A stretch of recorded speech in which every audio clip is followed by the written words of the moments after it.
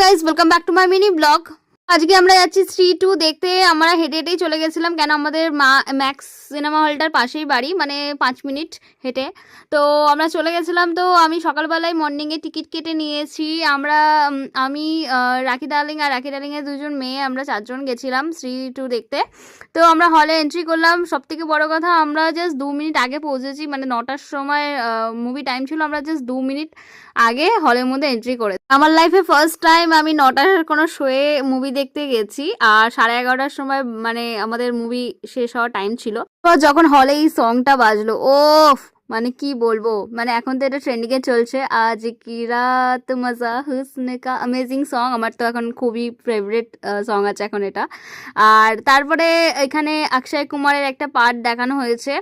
হয়তো নেক্সট হচ্ছে আমরা স্মৃতি দেখতে পারবো 1 বছর বা 2 বছর পরেও, বা জানি না আবার কখন ওরা রিলিজ করে, কিন্তু